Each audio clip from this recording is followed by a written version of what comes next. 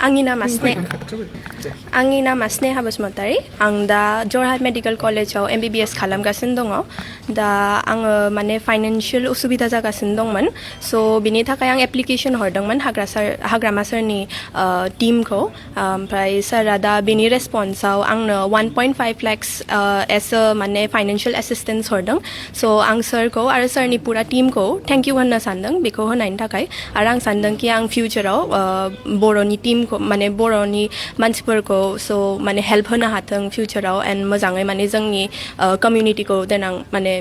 represent खालामनो हानायनि थाखाय बेखौनो BTCनि गाहाय खुंगिरि हाग्रामा महिलारिनिफ्राय नोंनि फरायनायाव बेबायदि अनसुंथाइ बा हेल्पखौ मोनगोननि मिजिंथि दंखायोमोन नामा नोंथाङा सर एफा बिदिथ' गैयामोन बाट मोनसे होप दंमोन कि सारा अभियासलि माने हेल्प होनो हागौ मोनगोन मोना बेखौथ' होननो हाया बाट मोनसे होप दंमोन आरो कि मोनगोन जानो हागौ मानोना सारा अलवेज माने हेल्पफुल थानायनि माने रेपुटेसन दंखायो सारना स' बेनि थाखाय बे फाइनान्शियel एसिस्टेन्टजों फरायनायाव हेल्प जागोन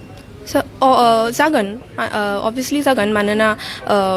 आं मेरला जिनिसखौ माखासे जिनिसखौ माने एफर्ड खालामनो हाया बायदि मोनगासिनो दंमोन दा बायदि समाव स' मेरला